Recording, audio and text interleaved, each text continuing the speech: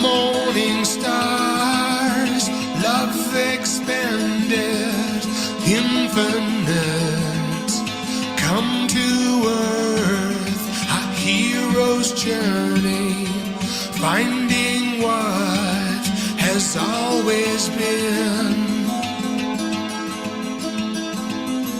finding what has always been, finding what has always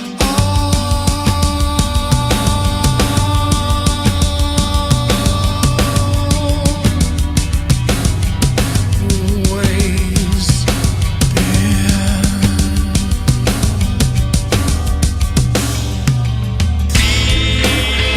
Feel me now, I am the avatar. No ego here remains. I've washed away my pain, and now I am alive again.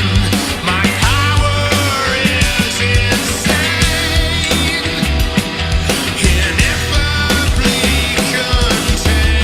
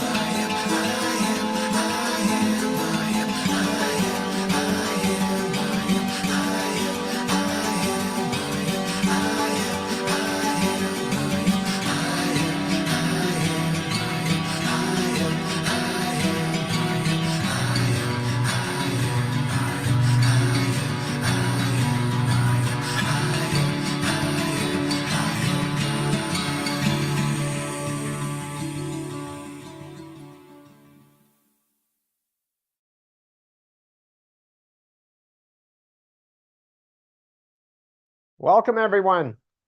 Hello, beautiful souls. Yes, yes. Welcome back. Another Great. day. It's a Exciting great day. things all happening one way or the other. To say the least. Yeah, to say the least. One of the things about here is it's never a dull moment, and that's the way I like it anyway. Most times, because most times it's something exciting and enriching. I'm always,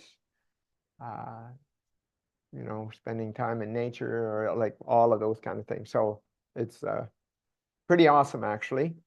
So Will told me this morning that Michael has been on this call every time, every event he's been here for. I have no idea how long, how often, but Michael Harder, yeah, he's always been here. yeah. So what is it? What's this? 56? 57. So congratulations, Michael. Way to go, bud. What a commitment. What a commitment. So anyway, with some interesting things taking place, and what we'd like to do is to get everybody on the same page. So I know when there's new people, it's pretty hard to walk into the things we're talking about and discussing and that. So it's just over the top for a lot of people. So what we're going to do is do the welcoming intro. You could throw that one on, Will. Good evening, good afternoon, good morning. My name is Don Smith. That's Don with 2 N's. And I'm here to share with you what I've developed over 44 years that I call IAMDIVINITY. I say that I am divinity because I'm divine and so are you. No matter what you've done and what you haven't done, you are divine, you always were and you always will be. And it gets all covered up. And so all of those trips to the personal developments and all of those things, and they don't hold. And did you ever question yourself? Instead of just going back and getting the next one and the next one and the next one and none of them hold? Well, there's a reason for that. A very big reason is because you're working at a belief level of who you think you are. That's what beliefs are, both negative and positive. They're who we think we are. So going from a negative belief to a positive belief is not the answer whatsoever. It's about the knowing of who we truly are. There's knowing. It isn't a belief. And so all of these ideas of doing this and all of those trips to the wherevers, it's like dealing with a piece of something. But this is not a piece of anything. This is the total knowing of who you are. And what I've developed over this 44 years is a process that's instant and it's permanent. Now, the permanent comes in by you doing something for holding it. But I'm telling you, there's people have this for years, and it's instant. And how do I say that with such boldness? Well, put it in the category of a phobia. 90% of the population has a phobia of something. Bugs, snakes, rats, heights, water, whatever. And my question to you is, how long did it take for you to create that phobia? Yes, you're right. 1 instant. And yet everybody questions me about that. And yet that's all it took. 1 instant. So now what I did was I reverse engineered near-death experiences and phobias to find out how they worked. And I reverse engineered it. So if you can create a phobia in a second, and most times it's before the age of reason, which is 4, 5, 6. Think about that. At that young of an age, that in 1 second, you created a lifetime phobia. Well, it's a lifetime phobia because you're holding on to it for protection. That's how the ego works. It's going to get you to hold on to something that's harmful for you so it can keep you aware in case it happens again. That's how toxic your ego is. And it's not your ego, it's the ego. Sorry, my mistake. Because you are much more than an ego. And so what it's about is if you create it in a second, why would it take any longer than a second to reverse it if you knew how you did it? That's what I do. That's one of the pieces. And then the other is the permanentness of it all. Well, I'm going to ask you a question. What color are your eyes? What color are those eyes of yours? Now you tell me how long you had that color. Yeah, your whole life. That's permanent. Would you agree? But look at the permanentness of a phobia. You had it from age 4 to 84. That's 80 years. You'd think that was permanent. But it was created in a second, and you can reverse it in a second. So it's not. That's what I'm saying. So that's what we're talking about. Something that's instant, something that's permanent, and it's about who you truly are. Your divinity, your divine. Don't ever forget it. Always remember it. And all of these other things are happening because you have an attachment to the personal development system of beliefs and changing a belief from a negative to a positive. It's not going to hold. It will not hold. Yes, there will be improvements. Congratulations on doing that. That's searching. I'm talking about a shift from this to a shift from this. Who we're not to who we are. And then doing a simple exercise. Takes 5 minutes, 3 times a day to hold it. And there you have it. That's it. That's who you are. That's why it's like the color of your eyes. The color of your eyes has been that way all this time, and you still have that color. Well, it's the same. Who you truly are is permanent. Who your beliefs are not, because it's not true. No matter how much you believe, the negative or the positive about those beliefs, they're false. And so, I'm here to share with you to go on a journey under 2 hours. Now I'm talking about, like I've worked with 15 different pro athletes or Olympians, okay? That's just in sports. And then mega billionaires, millionaires, and health, cancer. You know, one guy, yeah, I met him in the garbage room in Vancouver. I opened up the door and there he is. And he's so gray and he's humped over and he's like, you think he was going to die any second. I said, holy shit, man, you don't look too good. What's going on? He said, oh, I got prostate cancer. I've had it for 16 months. I've had 32 radiation treatments. And I don't know how much time I have. I said, don't listen to that bullshit. Can I ask you a few questions? Within that 15 minutes, I had asked him all these questions. And all I knew about him was his name was Al. 3 weeks later, I get a call from him. The same guy. He said, hi, Don, this is Al Valjanic. I met you in the garbage room 3 weeks ago. Yeah? Well, I don't have any cancer. Now, I could fill this room with those stories. Fill this room with those stories. And you can access this magnificent, powerful, divine energy called IAMDIVINITY. And what's natural about it, it matches who you truly are. That's the key. Isn't that exciting? Isn't that exciting that you will know who you are, and it will override and supersede who you think you are. Now, if you're tied up with that persona that you've developed, in a second, I might add, and kept it all this time, like I just worked with a guy that when he was 9, his mom died, and he decided to harden his heart. And he hardened his heart the next 40 years. And that's what all his issues were about. We went back, cleaned that up, boom, it's gone. All the symptoms were all gone. That's how easy it is, and that's how simple this is. So if you want to continue with your hard work and all of those kind of things, and going back and paying for this again, that again, and this again, and the counseling and the therapy and coaching and all of that, go ahead, by all means. But if you want to be free, free to be you, free to be who you truly are. And those eyes, every time you look in the mirror, it will remind you how magnificent you are. And that's how this process is about, whether it's in an individual or whether it's in group. And I welcome you to join us in this journey of raising humanity's consciousness from its existing 210 to 700. That's right, you heard it right. 210 to 700. So it's an awesome journey.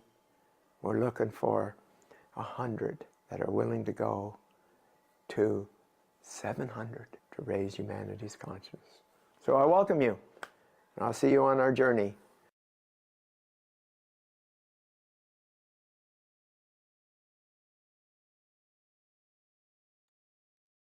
So here we go. Well, I don't know if you know me or not. My name is Don Smith, and this is Sam Hidja. Way to go, Sam. So, Changing my name to Sam Divine soon, though, actually, legally. okay, good. Yeah. That's good. As Jamie did to his, Jamie Devine. So nice to have everyone on the call. Every once in a while there's things that happen in one way or another that leads to a topic. And one of the things is like pretty well everybody knows the word placebo. Something positive that gives you a positive outlook or a belief or whatever. That's what a placebo is.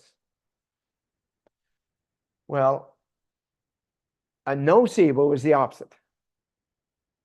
A nocebo is the opposite. I don't know the year.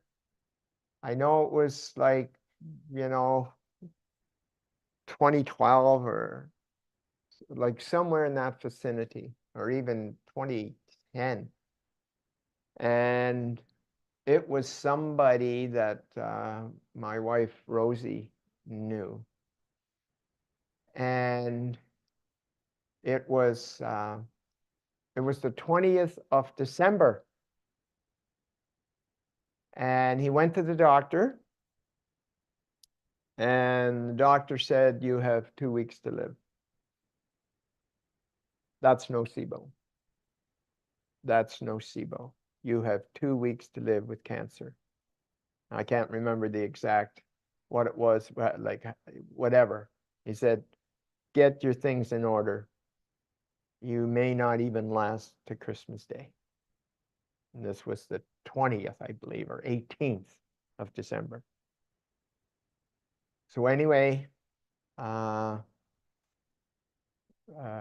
Rosie asked me if I'd work with him, so I did. And actually, that was now that I remember, how I remember things is which vehicle I had at the time.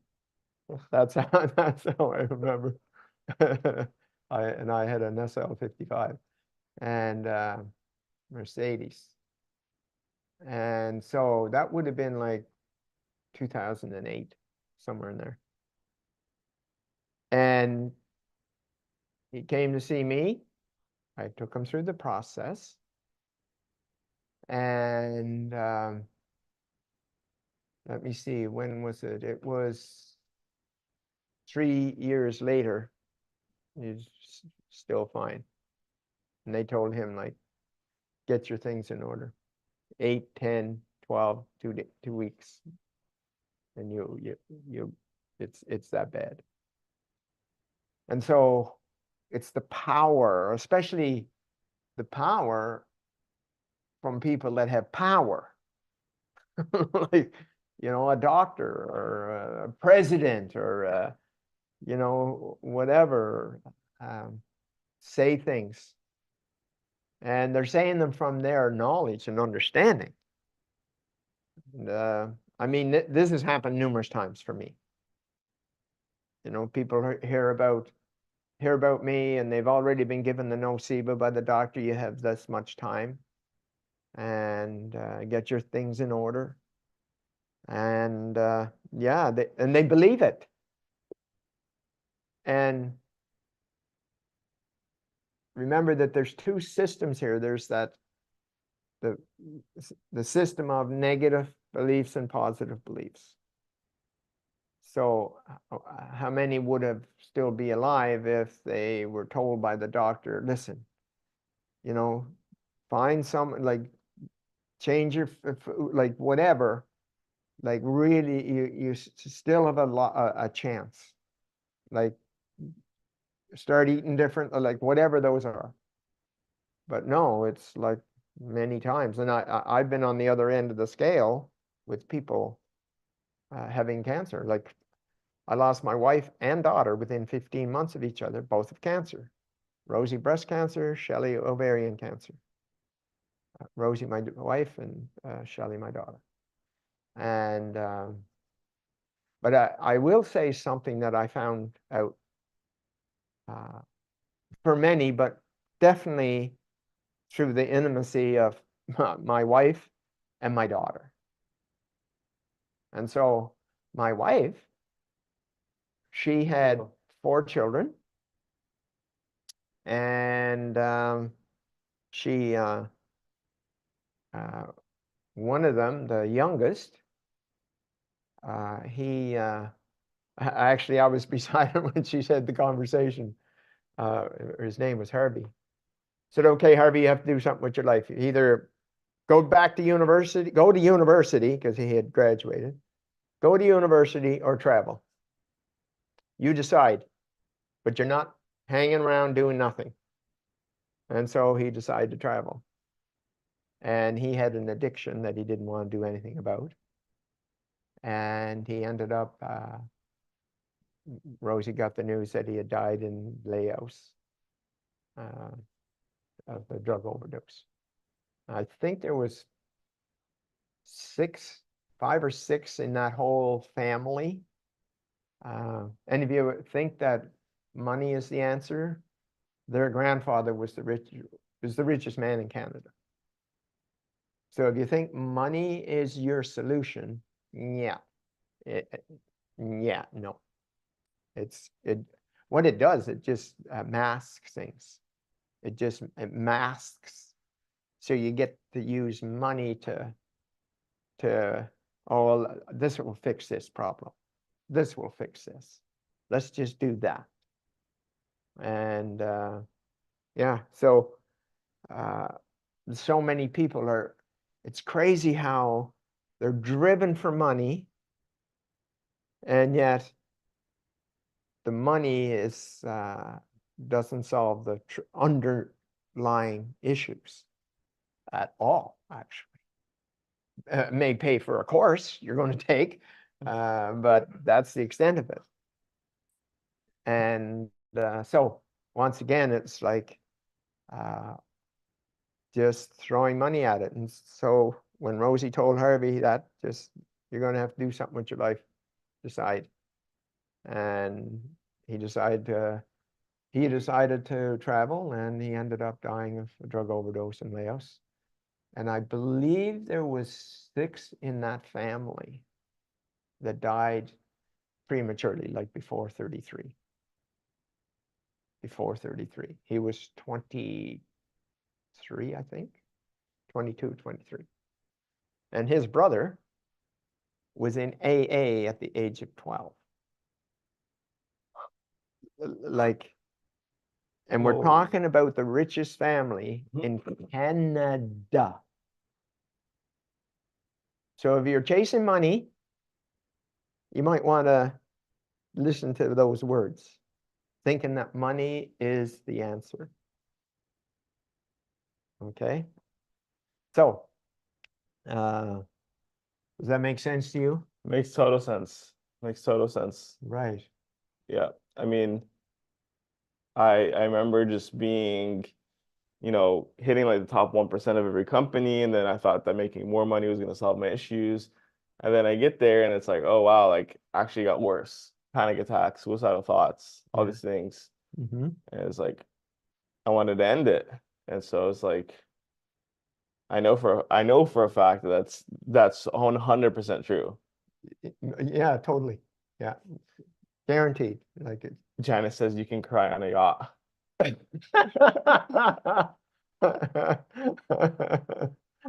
I've seen that, Janet. And Don's had yachts. A yacht, not yacht. Oh, a yacht. A yacht and then a boat. Yeah. Well, Rosie had the boat, I had the yacht. Yeah. Yeah. We're hard done by. We had 6 vehicles and 7 motorcycles, and a yacht and a boat. Yeah. Yeah, so we're really roughing it as far as material possessions. Yeah, and once again, it's definitely not the answer. Yes, it makes it easier. It does make things easier at times, and lots of fun. I'm a speedster, so I had a Formula 1 race car that had it going 300 kilometers an hour with my son on the passenger seat, telling his buddy, I'm saying, yeah, 290 Trevor had his phone saying to his buddy, 290, 292, 292, 294, 294, all the way to 300. And so, yeah, you can have fun. You can travel, you can do all those kind of things. But it's not in front of divinity. No, That's nothing. that's the Actually, that's the biggest thing. Go ahead, say. yeah, that's the thing. It's like we're not saying not to have money. Like, you know, Yeah, it's I'm saying money's not the answer is the point I make. exactly. Why not be ineffably blissful on a yacht? Yeah. Do you hear that, Janet? Yeah.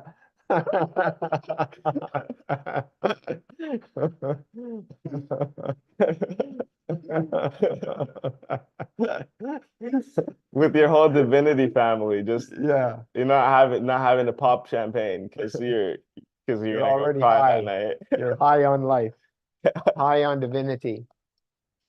And so, just coming back, you know,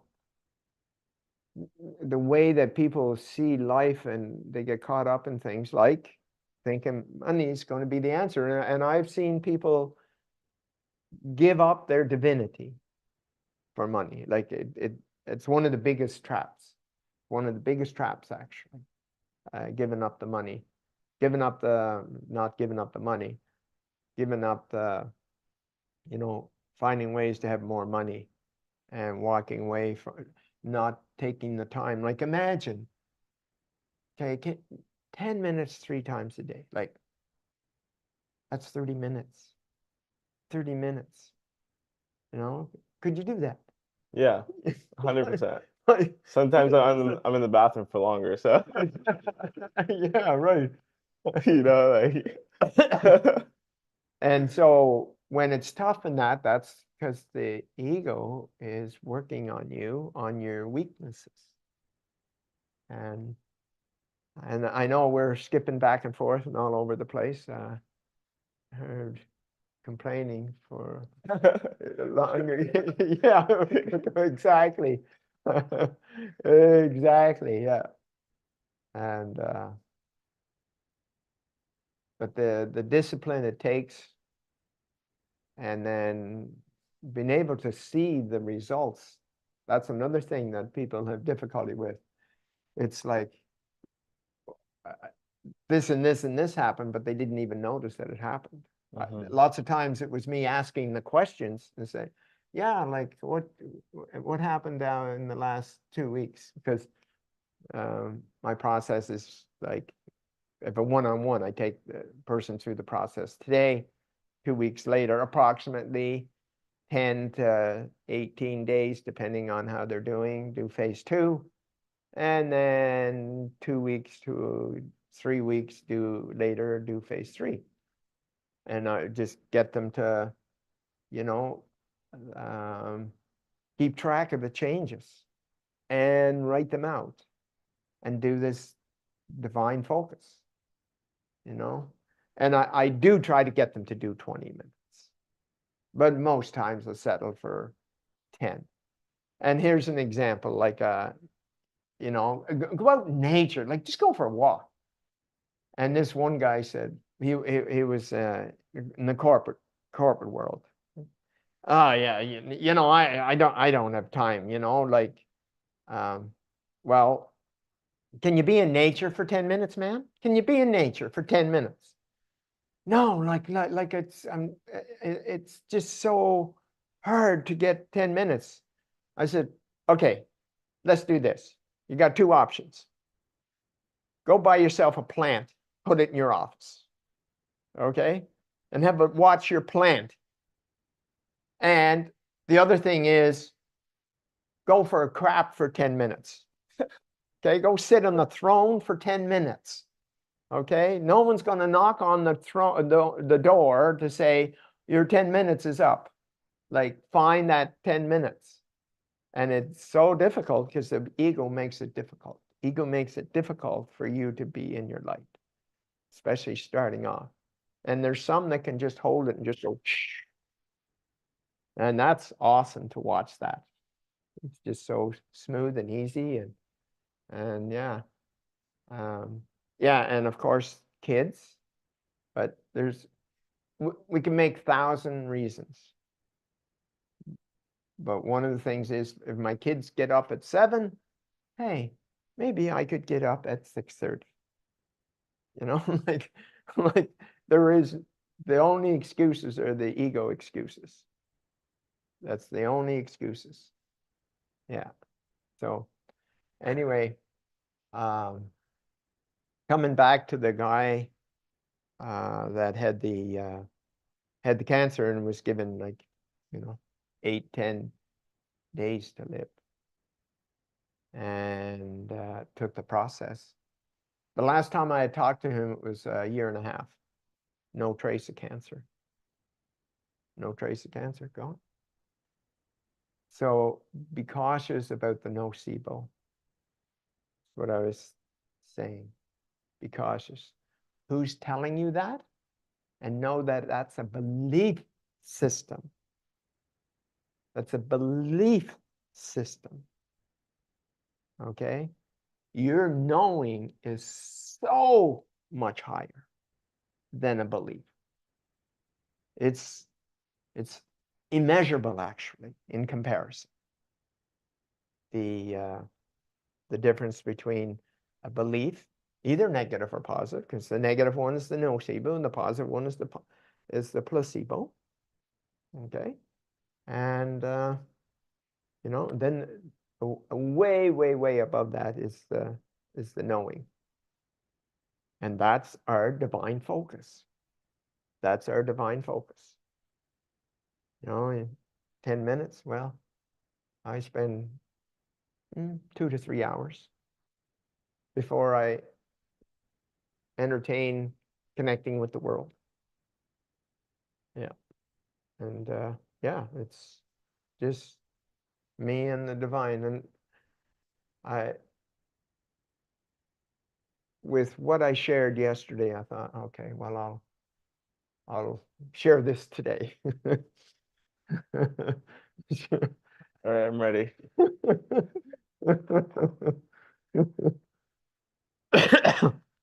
So, how do I recognize God? What's God look like? What's God sound like? What's God feel like? What is it? What is it? And I mentioned this different times. Like I sleep outside, and where I am, there's half of the outside on the patio, the veranda, whatever the hell you want to call it. Half of it's got a roof, and the other half doesn't. So I have a cot that I roll out, and where there's no roof. Okay, and I start there.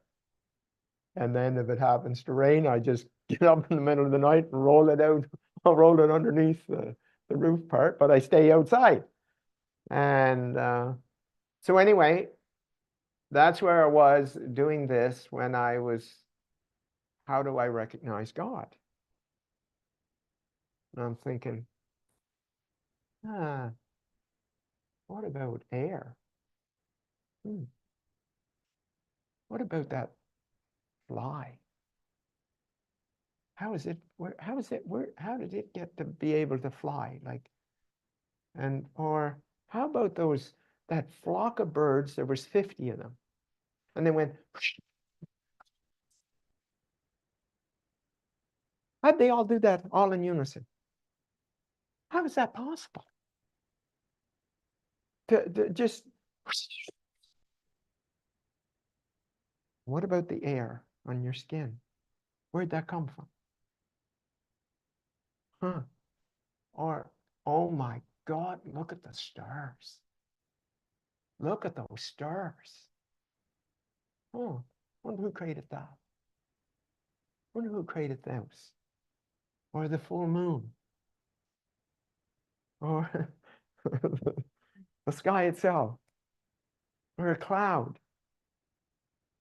Or a crow. Or a bird. Or a dog. Or a cat. Where is the God energy? I'm going to tell you it's everywhere. And the more that we become aware of that God energy out there, and then start becoming aware of the God energy in here and what that's like, and measuring that divineness. I am divine. What's the big difference than I'm a piece of shit? I'm a piece of garbage, you know? And different ones that share their story and beating themselves up for being such a piece of garbage or whatever. I'm not good enough. I'm hateful. And believe in that bullshit. And yet, when we see and recognize this being in our light, and that's why it's so important to remember our divine focus. That's what it is. Okay? It's like, wow, this is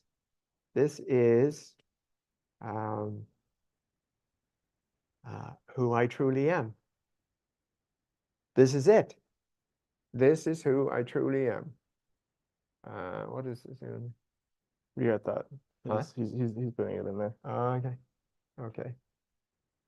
And so, yeah, what's that look like, sound like, whatever.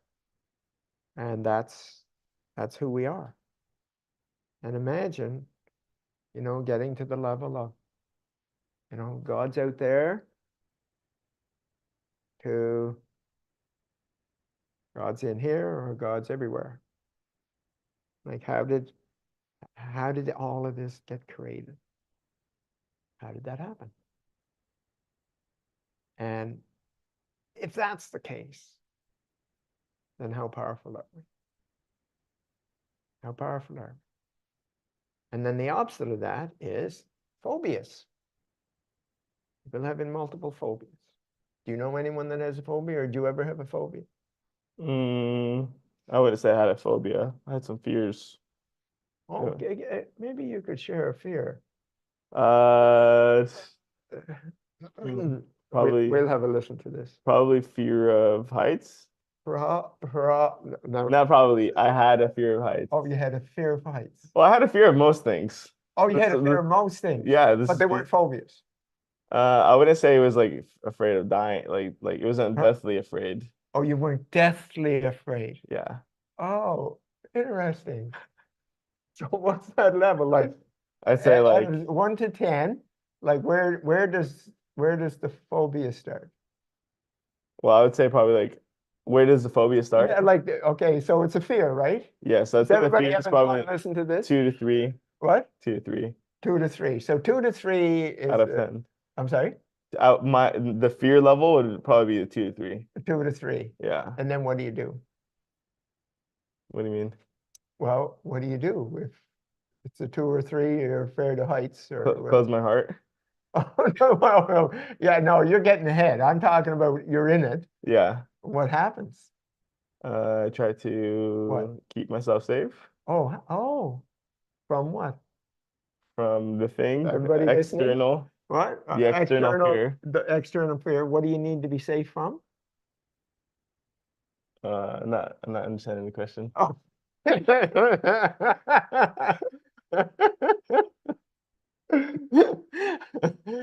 Well, you just said to control the fear, right? Yeah. Fear of what? Fear of what? Like, are you saying something specific? Yeah, like you have a fear. What's the fear? What's the end result of that fear? If the worst thing happens? Dying. Oh, dying. Dying. Oh, yes. Okay. Yes. And how many different ones did you have? Just the one, or? I would say heights. Heights for sure. Yeah. Being controlled. Oh, being controlled. Yeah. Let's do that. Does everybody want to do that one? Yeah, let's do that one. Let's do that one. I like that one. So, have you ever been in a relationship where you were controlled? Yes, probably like most of them. Most. How many is most? That's a hard one. No, is it like 80%, 100%, Oh, 90? I'd say like 80%. Yeah. Okay, and how many of them were controlling? How many How many? how many women were controlling? Yeah, or you had trouble? I Yeah. have trouble counting all of them. And so what's the fear of being controlled? The fear of being controlled is Like, what's the worst thing can happen if this lady that you're, I don't have control of my own life. and if you don't have control over your own life, what's the worst thing that could happen? I give my power away. No, no, that's part of how you're protecting yourself, trying to give your power away. Yeah. And what's the worst thing about that? Not knowing. Not knowing what? Basically the fear of the unknown. Oh, the fear. Okay, everybody get that? The fear of the unknown. Because what could happen in the fear of the unknown? Get blindsided. And then what could happen with that blindsidedness? You die. Oh, you want to do another one? Or? No, that's good. They all go back to dying. Oh, do they? Yeah. Every one of them. Every single one. Oh, every single one. Did everybody hear that one? So every single phobia. Oh, fear. Sorry, I didn't mean to put Phobia. it. Let's just say it's phobia. Oh, well, I'm saying it's a phobia, but I was going to let you say fear for a while. No, yeah, phobia. Oh, it is a phobia. Yeah, it's a Okay. phobia. Now, do you notice how guarded he was about that? To start with, no, it's not a phobia. It's only a fear. It's only a fear. Well, I was No. getting mixed up in the semantics. Oh, yeah, you were. For Yeah. sure. It's been hard to use 3D language lately. I see. So all of your fears were actually phobias. Yes, they're all phobias. All the phobias, and all phobias are I'm going to Die. Okay. Yes. Yeah. And what's the most ridiculous one of all of them? While you're thinking of them, I'll tell you the one I found the most hilarious. You can just keep thinking, okay? Think about that one. So, Nina, Jamie's sweetheart, he got her, of course, to take the process right after they met. And she had a bunch of phobias, but one of them, now listen to this. Okay. Now, what I'm saying to you is the illogicalness of a phobia. Completely illogical. And every phobia is, I'm going to Die. I'm going to die. Okay. That's what it is. Underneath it, and whether it's at a 2 or a 10 or a plus 30, okay, it's I'm going to die. Do you know what hers was? Seaweed. Now tell me how absolutely ridiculous that sounds, that seaweed, okay, let's pretend this is seaweed, okay, and it's rubbing back and forth in the water, and I'm going to die from it. Okay? That's how absolutely ridiculous phobias are. And now listen to this. This is the system we're relying on to protect ourselves. How crazy is that? We're relying on a system that's telling you that you're going to die from seaweed.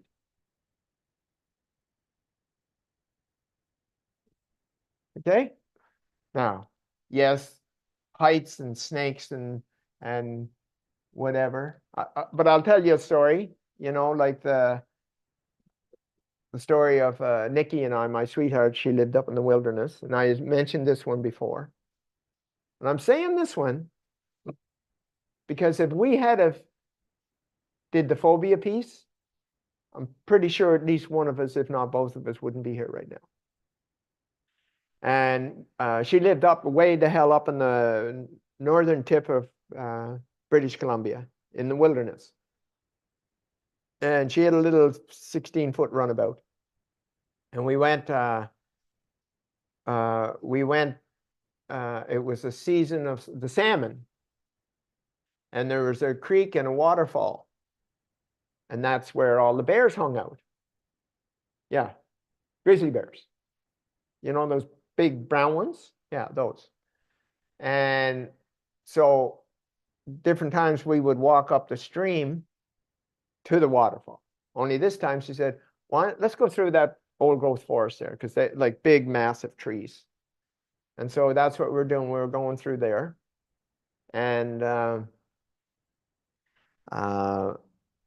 there was a creek about yay wide, sometimes this wide. And it snaked through all of these big Douglas fir trees. And she was, from me to Sam, ahead of me. And she got down to get a drink of water. And there was a big bush.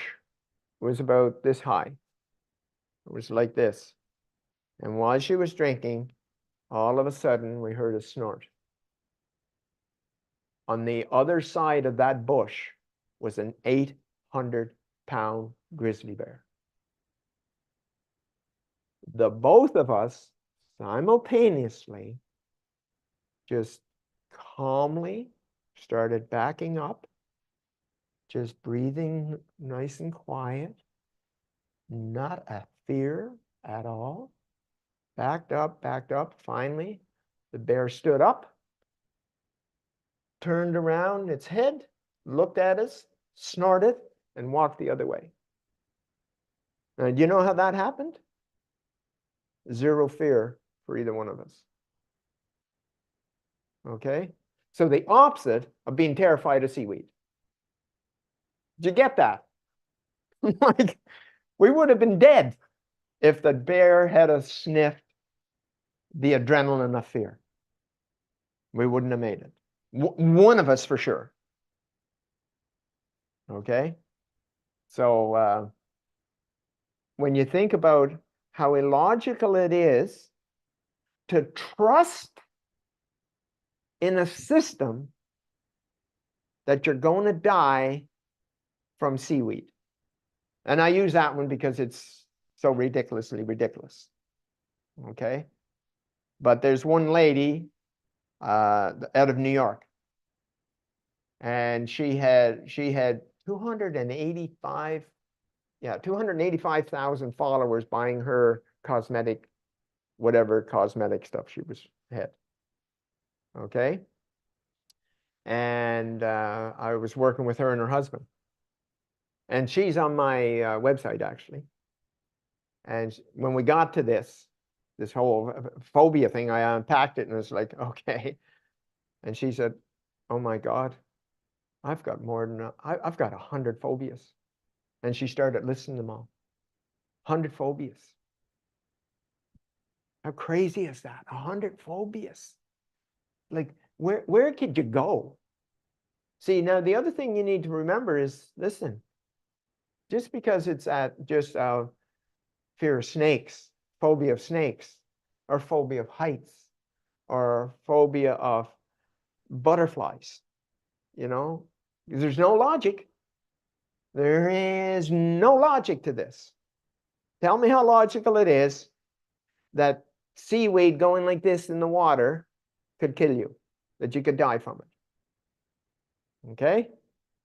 Got it? And what I'm talking about is the system you're trusting, that you're trusting in. Okay?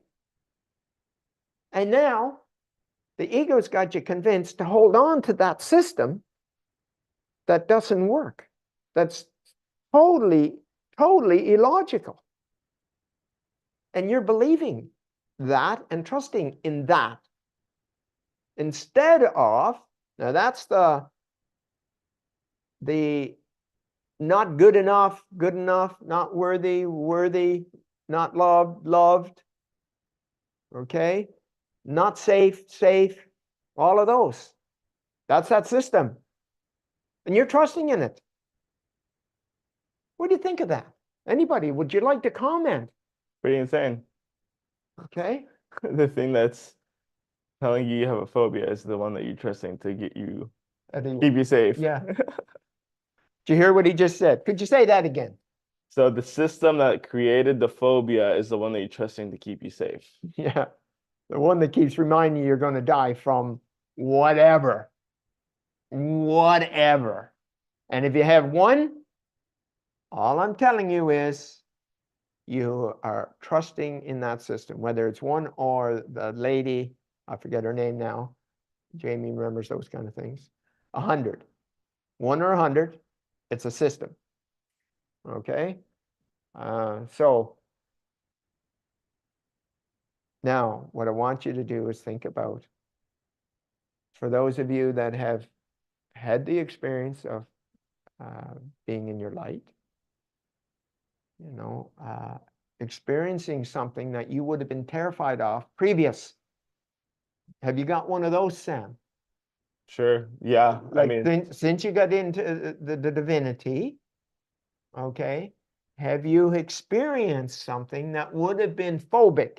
100%. I was just thinking about that actually. So Hey, please. what where did I go? I was somewhere in Southeast Asia and we were on a mountain Yes. with my former wife and we were like very high up and I was so deathly afraid. And then whenever we went to Divinity Mountain, I didn't have a single fear. I was just walking like, hey, like, this is another day in the park, like, Yeah. but I was deathly afraid. Like I was sweating so hard a couple of months ago, Mm-hmm. thinking I was gonna fall off. And it was like about the same height, Right. not much different. Yeah. So it was interesting to see the difference between then and now. And know that there's nothing logical about a phobia. There's nothing logical about a phobia. Tell me how logical it is I'm going to die from seaweed. Anybody? Anybody got an answer for that one? Okay. Anybody got an answer? How am I going to die from seaweed? It's gonna strangle you. And that's what I'm saying, is this, what system are you trusting? And yet you're trusting in a system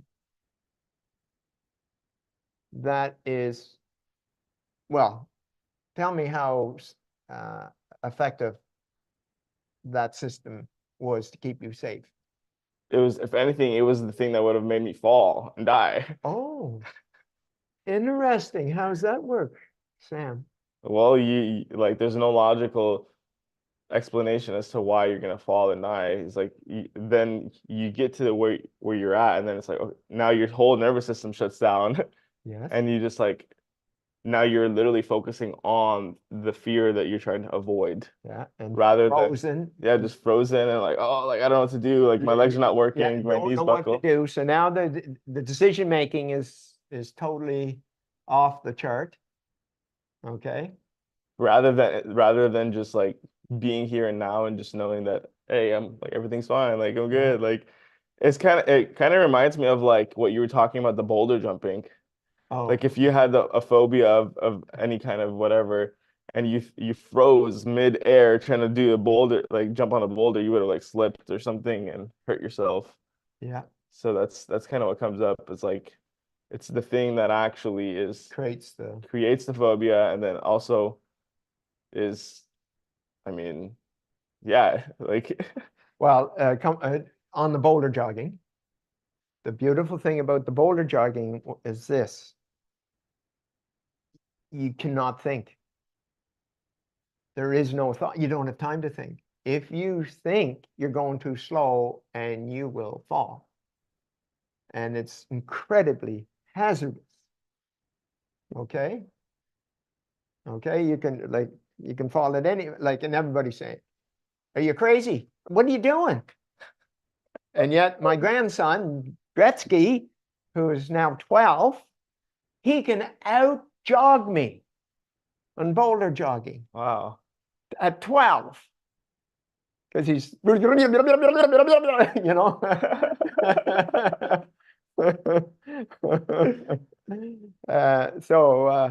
Yeah, it's an awesome sport. Now, people put this in the category of meditation. I put it in the category of divine focus. Because you cannot think.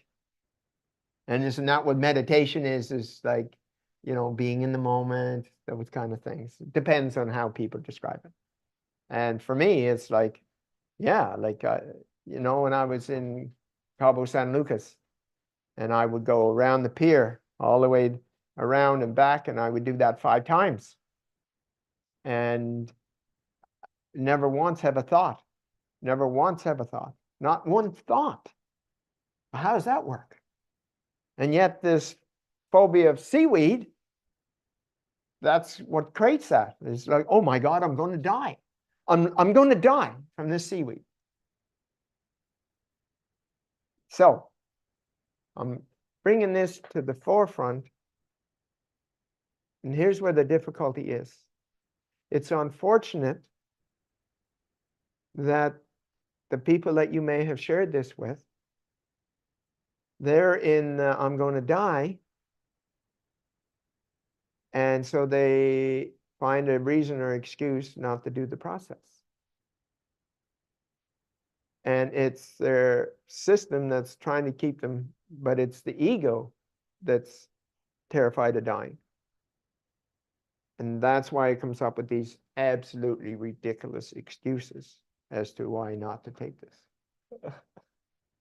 So I have something to share. You go. I don't know what you think about this, but my girlfriend was talking about she didn't want to do the process because she wasn't going to be able to eat rice. What do you think about that? Yeah, I mean, yeah, like it's I won't be able to eat rice, and then yeah. if I don't eat rice, I'm gonna starve. If I'm gonna starve, then I'm gonna die. Yeah, it's yeah. So there's no end to the ego fear system. It doesn't stop. There's no end to it. And the point I'm making is compare that to me boulder jogging with no thought. Okay, and I'm talking about boulders that are jagged or like big boulders. There's one place, I can't remember where it is, and the boulders are like, they're like this, and you have to jump from over to there, and crevices in between the boulders because they're so big. You could literally die. I mean, but there's no thought of that. I'm not thinking. I'm just my system intuitively, rapid fire has the next boulder ready when I leave that one. It's intuitive. And so imagine using that all the time. And that's what I'm talking about our divinity. Is that like just that flow, being in the moment, and just allowing and shutting the thinker system off, and just being there and trusting in that divine energy. That's the difference. And 98% of the people that would, if they went boulder jogging, they would be hard done by. And the reason being is because they couldn't stop thinking of how they were going to die. That's the difference. So anyway. Yeah, what comes up for me is like whenever we went rafting, and I kept on thinking like, damn, I'm gonna freaking fall out. Like, okay, now listen to this. Okay, question. And if you fall out, what happened?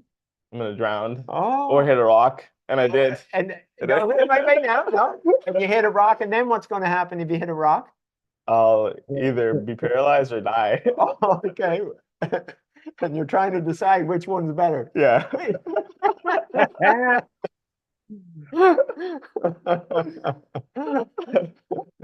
I rather die than be paralyzed, or would I rather be paralyzed and still live? Yeah, right. And these are rapid fire questions, answers. Okay.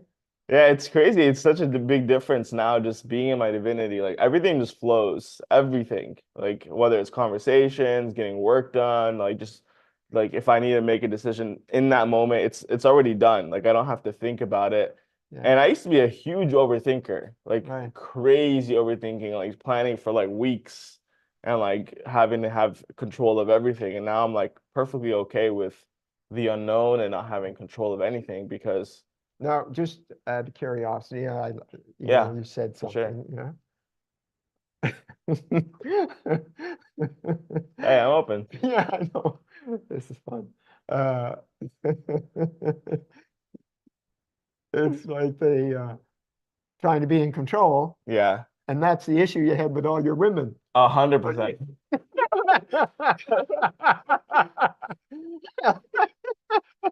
I'm trying to control you, and here you're trying to control. Yeah, I mean, no wonder I attracted them. And that's how that works. We do attract what's what's going on Underneath the hood. yeah, underneath the hood. I had a diagnostic check. Yeah. Yeah. Let's hook her up to the Gilbert, not your ego, the ego. yeah. Yeah. No, there's no your ego here. It's the ego. Yeah. The ego. Yeah. It's So funny because like now you can laugh at it. yeah. You know, it's So just know that no matter what the ego does and all those behaviors and all of the things, it's not who you are. It's not who you are.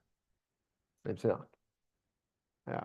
So um, anyway, that also takes away like a lot of pressure off of like just going back into your divinity because you know that's not you. That system is not you.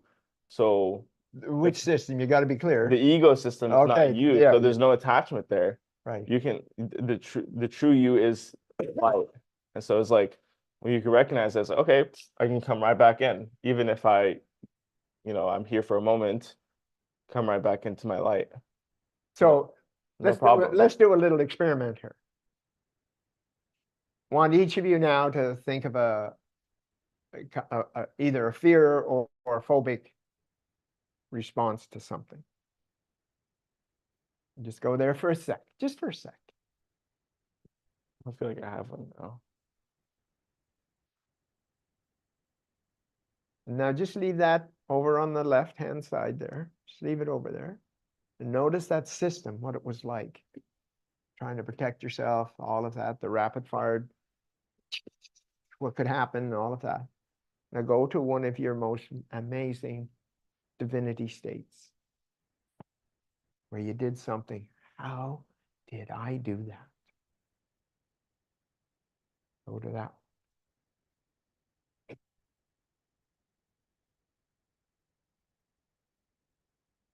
What's that like? Now tell me how different those two are. Anybody? Night and day. Night and day. And how the one where it's the mind is going doing 1,000 things trying to protect you from dying. And in the divinity is this peace and calm knowing of how invincible you are and how powerful you are. How different are those? And how crazy is it that we spend so much time in that ego one and so little in our divinity? Imagine making the decision today. Okay, I'm in. Divinity it is. And letting go of that system. The ego system. The one that tries to stay alive of who you're not. Remember, it's not who you are. So it's creating those. So, would you agree it's a big difference? Yeah, Paul says in the divinity, I am completely spontaneous. There. That's it. And that's like whenever you were in Greece trying to find the power cord and you just say, hey, there it is. Yeah.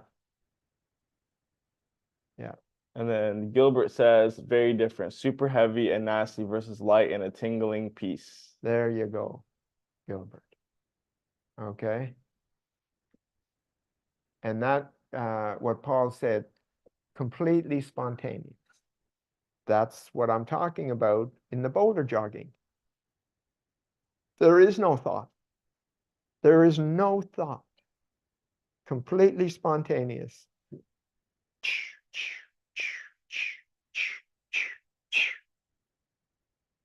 It's an awesome sport. Awesome sport. So we need to get some video of you doing that.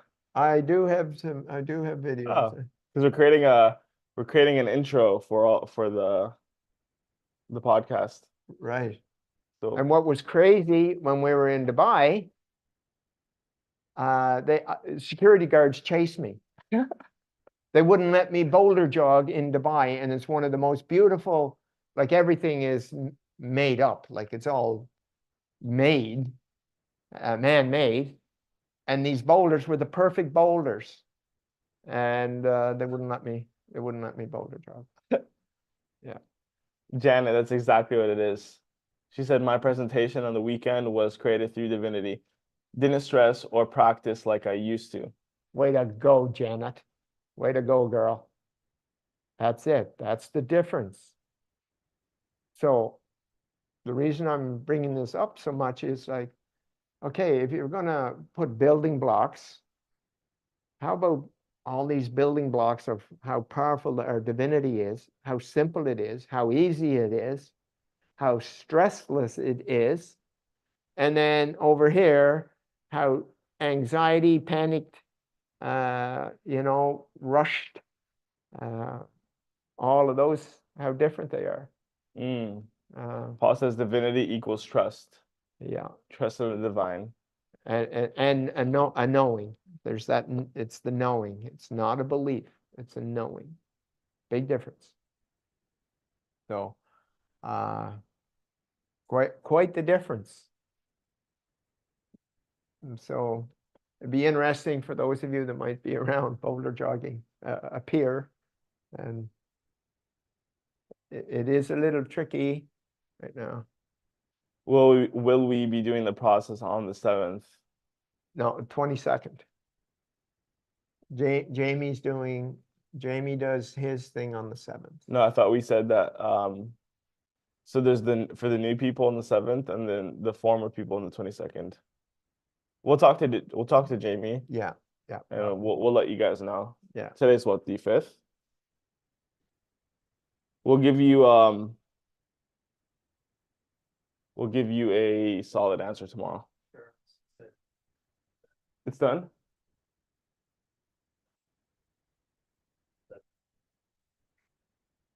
Awesome. So we just have to send off the email. Are you just telling me this now? We've been together for an hour and a half. Spontaneous. You're just telling me that now? Spontaneous. Get that divinity, wing it.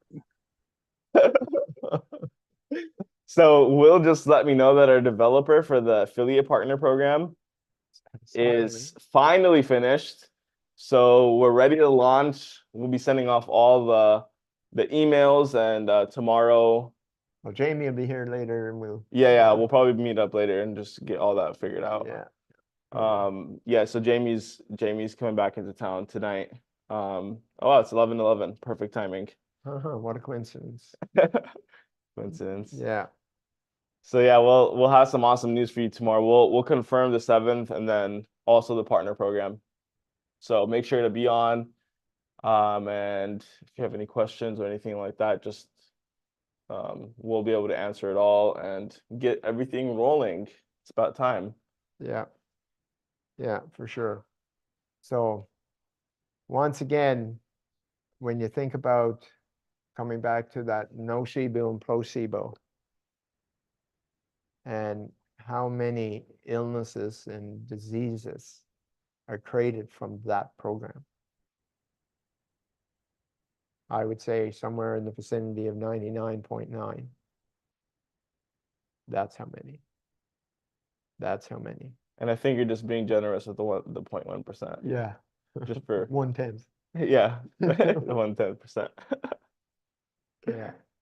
Yeah. So once again, like yesterday, I mentioned, I think it was yesterday or the day before, Rosie, she died of cancer, breast cancer. And what happened was she missed her youngest boy, Harvey, died in Laos of a drug overdose. I think he was 22, 21, 22, 23, somewhere in that.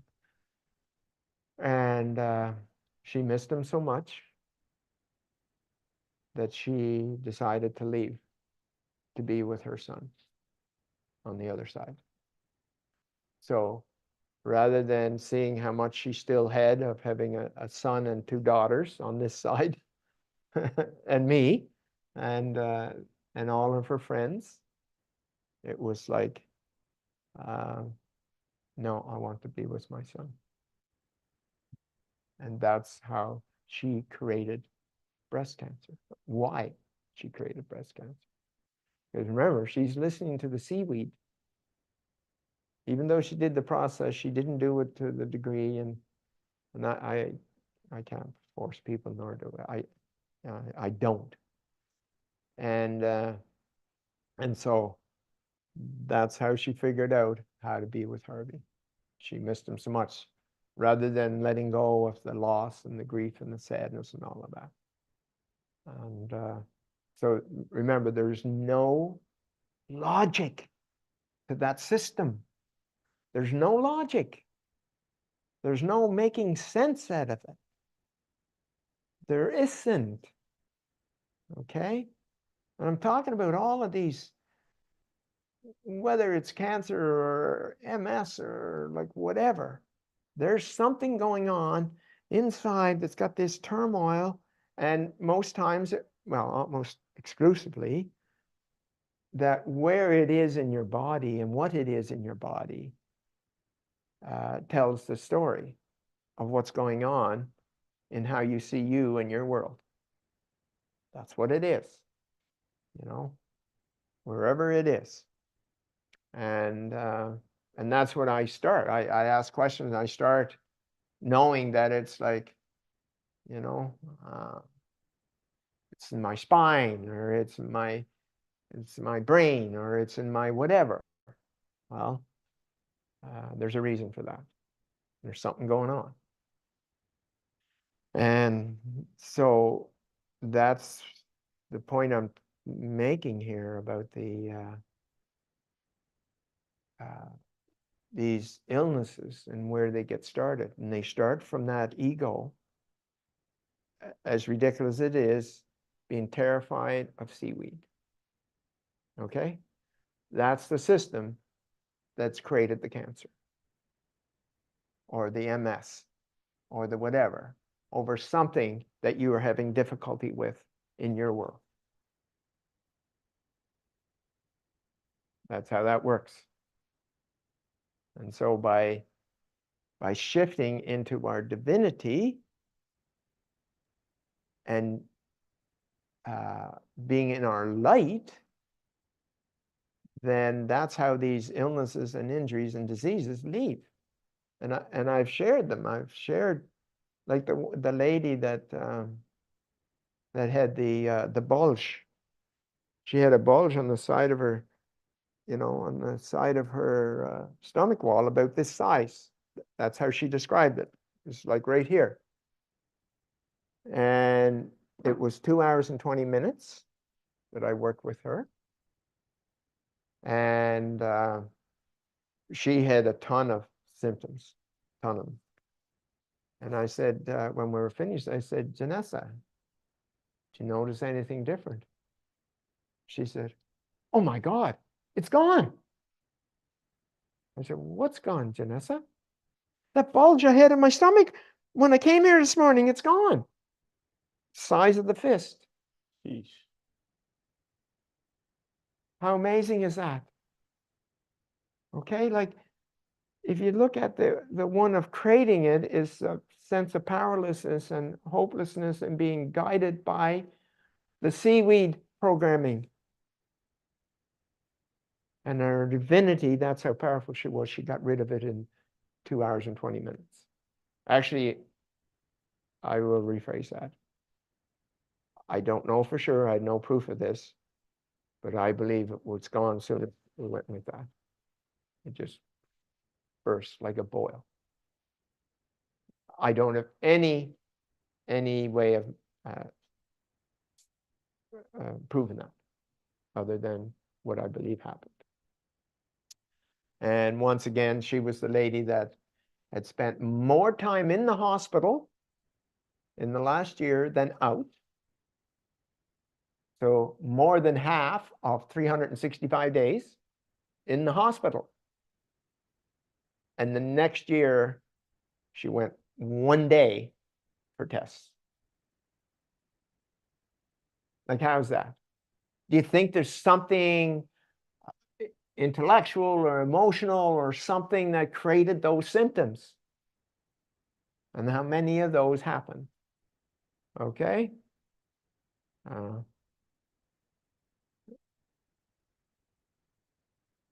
So Eric says, I had a moment like Sam when swimming in the ocean and I got a leg cramp. And the ego told me I was going to drown. I panicked for a second or so, and then a calm came over me. And I just started to do the butterfly. And so I'm above the waves. I was so at peace at that present time. My light and vibration was high. Way to go, Eric. That's awesome. Okay, that's the difference. Okay, so all we're doing here is showing you the difference between you being in your divinity and in your ego. If you're not in your divinity, you're in your ego. That's it. That's it. It's that clean cut. It's that clean cut.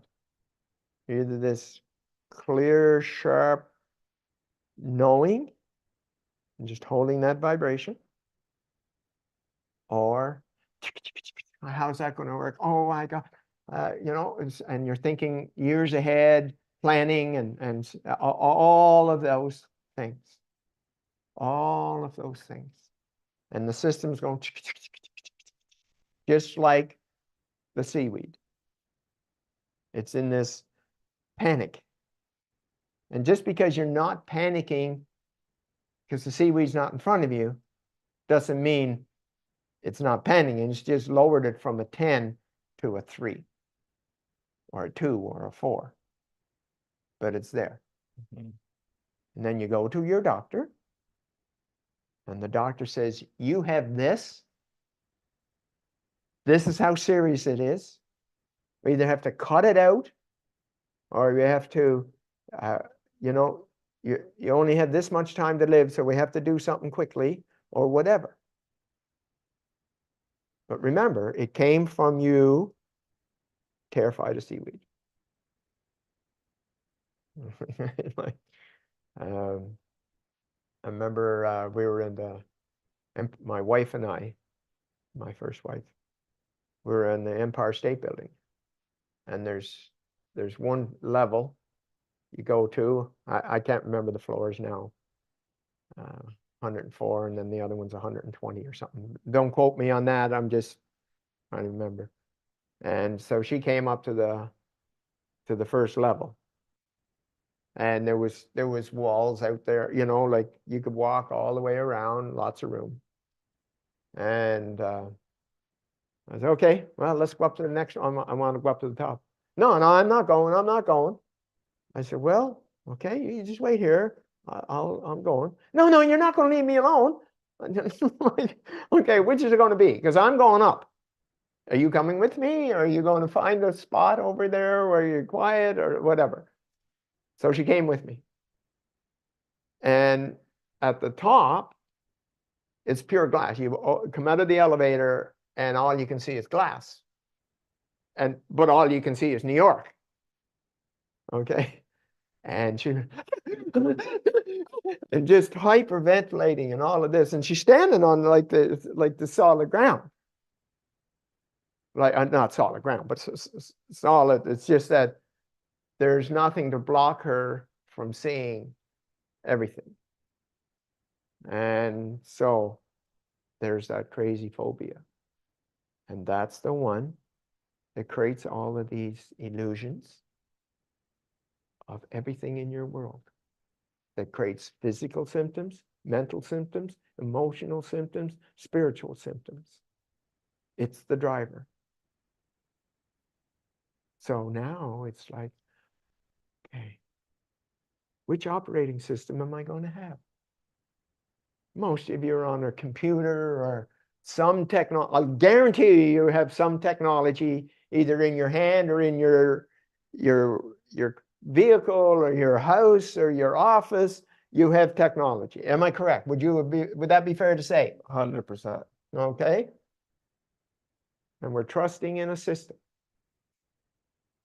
that's completely and totally flawed. Completely and totally flawed, creating all of your issues.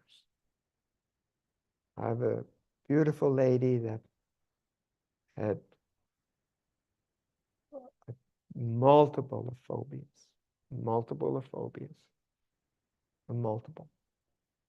and also suicidal, and literally does not want to do anything about it. And so, guess what? That can't work for me. And that's the sad part. We have that free will, and the ego's got us so twisted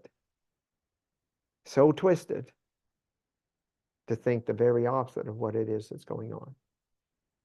Okay? That the very thing that's the best for you is the very thing the ego's got you convinced you're going to die from. How crazy is that statement? Literally, I'm going to die if I do this. I'm going to die. But what it is the ego is going to die. That's what's creating the phobias. And it's that has the phobia of dying and all of the phobias that go with it. Okay? So, any question? What do we got here? Paul says, docs are quick to offer a prescription to deal with the symptoms. That is what most medical practice offer for the solution. Yeah, that is it. Yeah. And it doesn't do anything for the actual root cause. It's just covering up the symptoms. And this system isn't dealing with the symptoms. Absolutely not. It's the root cause. It is the root cause. And, you know, these two boys here, I've worked with both of them. Okay? And different times. So Will had some awesome transformations. So did his beautiful wife, Chesser. And yet, when Paul and Donna, did I get them right? Or Tim and Donna, Yeah, you got it right the first time. Okay, Paul and Donna. Okay, thank you. Forgiveness, I don't remember this. And when you shared, Paul, and broke down, crying, and so did Donna, and talking about how you were harming each other, you know, with the criticism or judgment, whatever those things are. I don't remember that kind of stuff. And then Will and Chesser sitting here, and when we were finished, they were crying because they got triggered by what you said, which is still, as much as Will has done the process, has done it, the ego still found a way to hold on to something. Agreed, Will? 100%. And how they still had this back and forth, that critical, judgmental, boom, boom. And it took that story from you guys to pull that out where it couldn't be hidden anymore by the ego. And right soon as we were finished, I worked with both of them, and how that's what, 3 weeks? 2 weeks. And what's it been like in the last 2 weeks, Will? In love every day. Did you hear that, everyone? No, they did that. In love every day. every time. And before it was critical, judgmental, criticizing what's wrong. Now remember, the ego is noticing what's wrong and thinking the worst. Noticing what's wrong, thinking the worst. That's how you know it's ego. Noticing what's wrong. What are you noticing what's wrong right now? Any of you? What are you noticing what's wrong?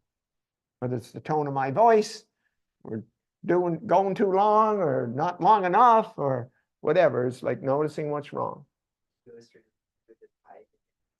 Yeah, hiding and pretending and tricking you to believe that what it's saying is true.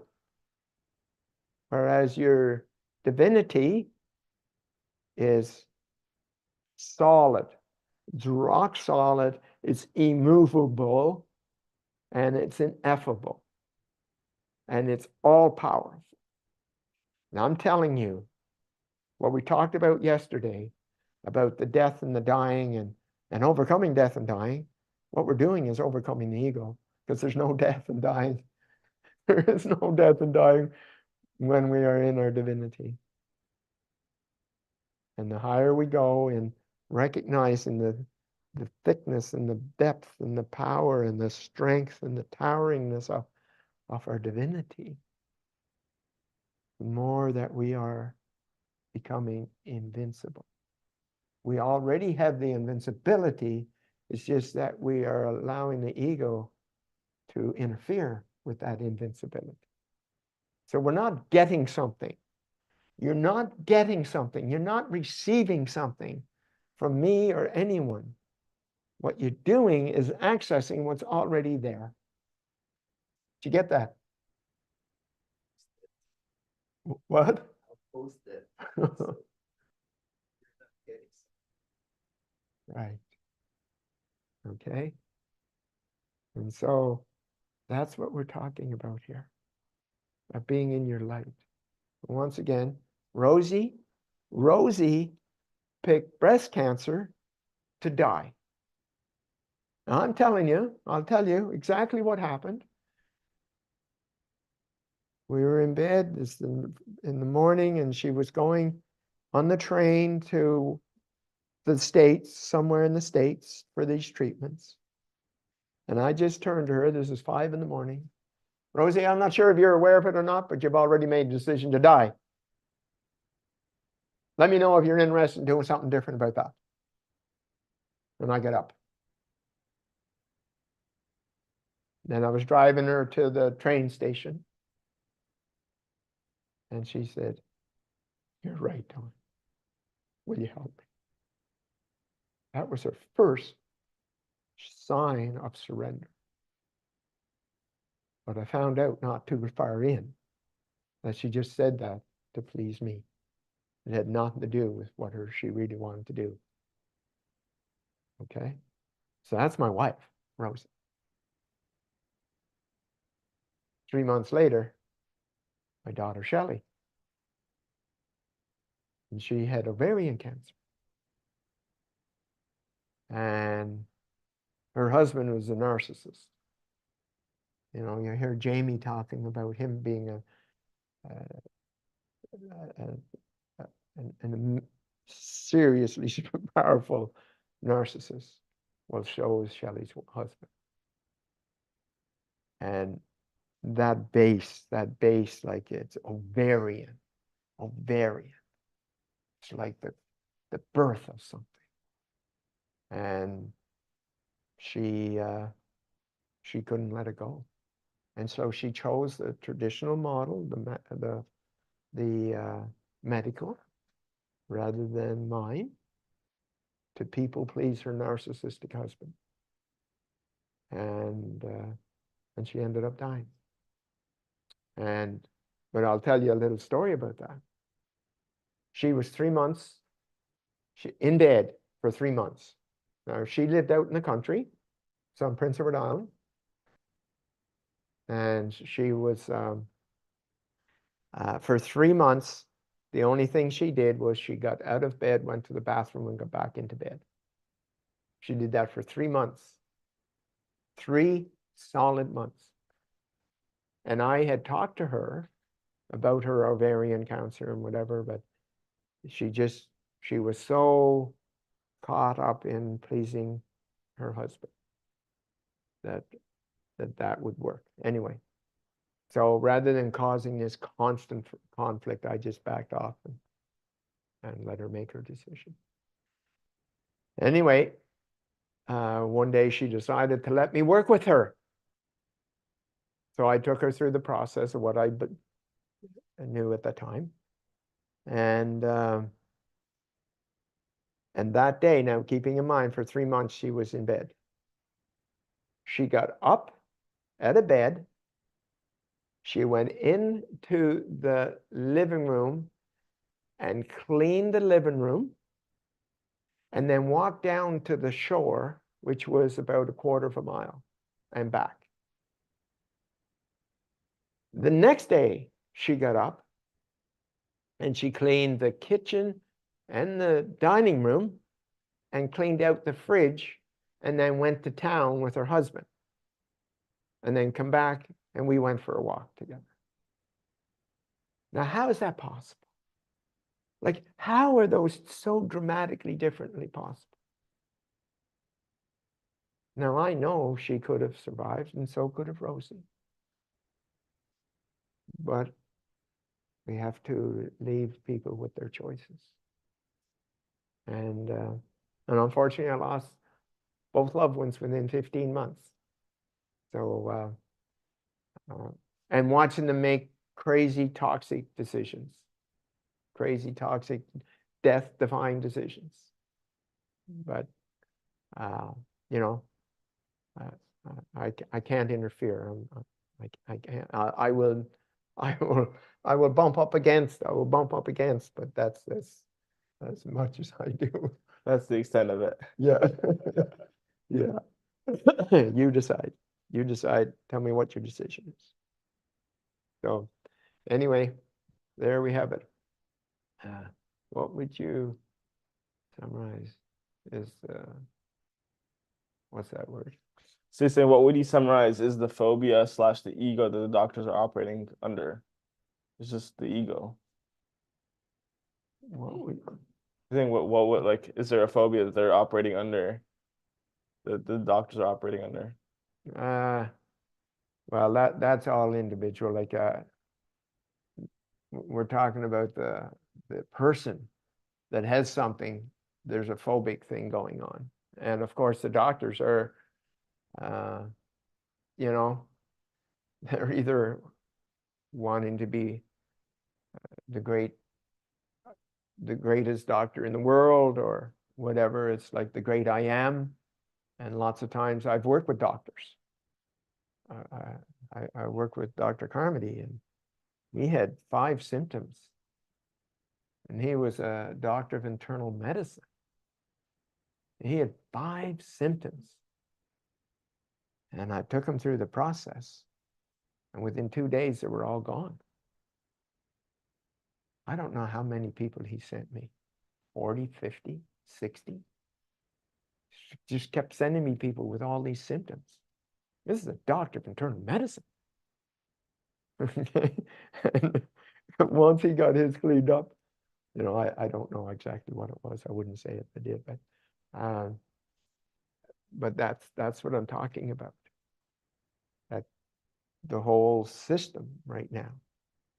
That's why it's so important to get this out to the world. Imagine people healing themselves, or at least finding out how they're creating these toxic illnesses and diseases. At the very least, know that. So anyway, so there you have it. It's been quite a journey, actually, and it's definitely not over. We're going to keep moving forward here, and especially with the news I just got.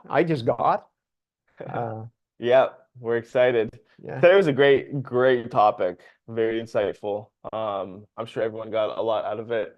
We're right on, so day 57 today, right? So tomorrow's day 58. We'll announce the partner program, and then we'll confirm if we're going to be doing the 7th or not. I mean, it's That's, well, Jamie will be here, like I'm pretty sure, the whole idea now, okay? Jamie's birthday is on the 7th, mine's on the 22nd. That's why we picked those 2 dates. That's what I thought, but I mean that So- from what what's her name?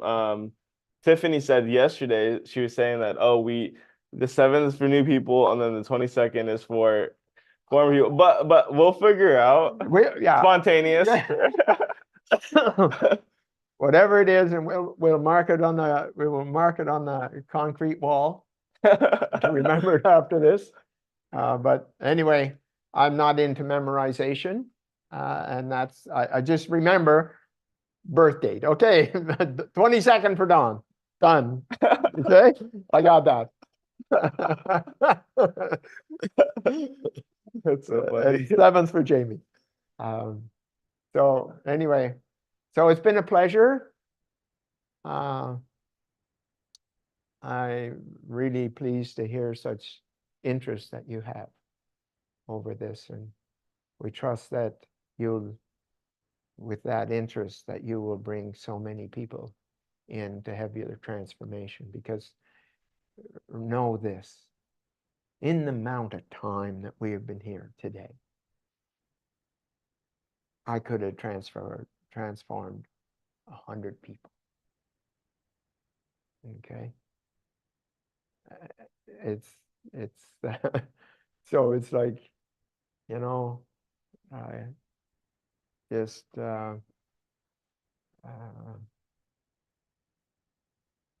having this foundation for people to understand, so they can be more aware to walk into something that makes some semblance of sense, even though the ego is going to do everything it can. No, don't listen to that, don't listen to that, that's crazy, like it's voodoo, it's like, you know, whatever that is.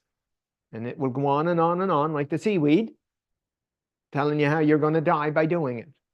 But you need to know one thing, that's the ego doing it, and it's the ego that's going to die. And that's why it's so intense at trying to get you to do something harmful for you, so that you will die. Okay? Instead of it. Doesn't care about you. Only cares about it. Okay? Got that? So, totally fear-driven, panic-driven. And phobias are just a higher level of panic. That is. And so, just like my wife, when she came out of the Empire State Building, oh my God. And I said, now we had a 2.5-story, 5-bedroom farmhouse on 7 acres of land on Prince Edward Island. And I said to her, Wilma, think about the looking out the 2nd-story window, looking over at Charlottetown. She did that, and I went like this, boom, gone. Oh, what a beautiful view. 5 seconds. 5 seconds. So let's use the system that we have in our favor rather than against ourselves. How be we do that? How be we do that? Okay? So enjoy. Have an awesome day. Can we get the video up just to give everyone a refresher before we launch the partner program tomorrow, the one of Jamie overview? So we'll leave you with this. We'll see you tomorrow at 10 a.m. Philippines time, 9 p.m. Eastern. We're excited. Get your friends and your family on tomorrow. It is official. We're ready to go, ready to launch. And yeah, I am Divinity, and so are you. See you. You betcha. Take care.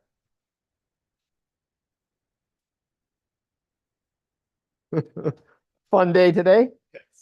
Hi there, my name is Jamie Devine. Welcome to I Am Divinity. I'm super excited for you to embark on this journey. Just congratulations for even finding I Am Divinity. My journey has been over 16 years of personal development, spiritual programs, multiple religions. I've been an entrepreneur since the age of 13. I never had a regular job. And so going through all of that, showing up to Don Smith 4 years ago to take his instant and permanent transformation, first of all, sounded a little hard to believe because I had done so much work and I still had all my shit. I was still an alcoholic, a weed addict, a narcissist. My financial gains in business and investing would shoot up and then cut right down and start over, shoot up, cut right down, and I could never hold my, my success. Going through his program, it was about 2 hours. All of my toxic patterns and programs were completely gone. Literally just gone in a second.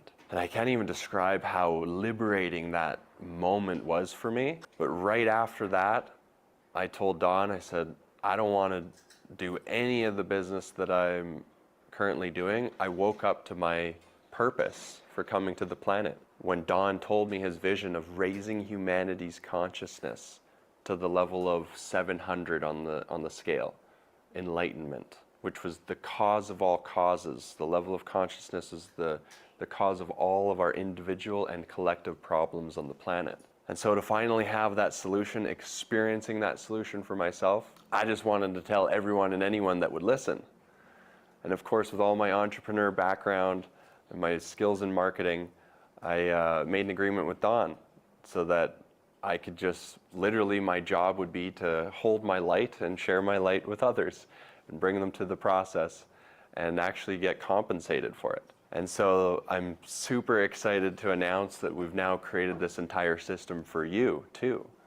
Now imagine that, being able to go through this instant and permanent transformation for yourself, be liberated of all your toxic patterns and programs, literally within a couple hours. And then on top of that, being able to have all your financial fuel and energy and livelihood come from this divine system. And so there's a few pieces to it. Number one, we have an affiliate partnership program. So you're a partner. Your job is to hold your light, share your light, and anyone that's attracted to it, bring them to the program, and we pay out 30% of all the financial part of the system to you. That's the first part. The second part is my experience in the financial realm took me into Forex and crypto over the last 10 years. And I've been through all the roller coaster rides, all the ups and downs, all the scams and schemes. And we landed on just a couple people that were actually full of integrity, that have actually gone through the divinity process, and that are like nothing else. So our Forex fund is ran by an institutional trader. And if you've ever done anything in the financial realm in Forex, 99% of the retail space, the average everyday person, it's a scam. It's a scheme. You're going to lose your money. Maybe you're one of the few that got in early and took the money from the others, but eventually it collapses. I've seen them come and go over the years. But this institutional trader, he has 7 years of experience, and we have his entire track record of his strategy. He has an algorithm. He spent over $20 million in development up to this point. And so even with all that being said, there's still no guarantees. Of course, when it comes to investing, please only risk what you can afford. But we found something that's more solid than I've ever experienced, and it's where our personal funds are. And so you'll have access to that as well. His team has produced over the last 7 years on average 50 to 60% per year on the funds. And you don't have to do anything. You open up the brokerage account, our team will help you do that, and you park your funds there like you would a bank account, and his algorithm trades on all of the accounts. And so we can expect a 50 to 60% if it's anything like the previous average. But again, all the past performance never guarantees anything in the future. Just please be mindful of that. And then the last piece is our crypto fund. Now the crypto fund is very time sensitive. So a good friend of mine, Josh, who's handling the crypto fund, he's become an expert at this stuff. That's all he does every day. He goes and researches the top legitimate projects in crypto. To give you an example, in 2021, which was the last crypto bull run, Josh on his personal portfolio did over 8,000% that year.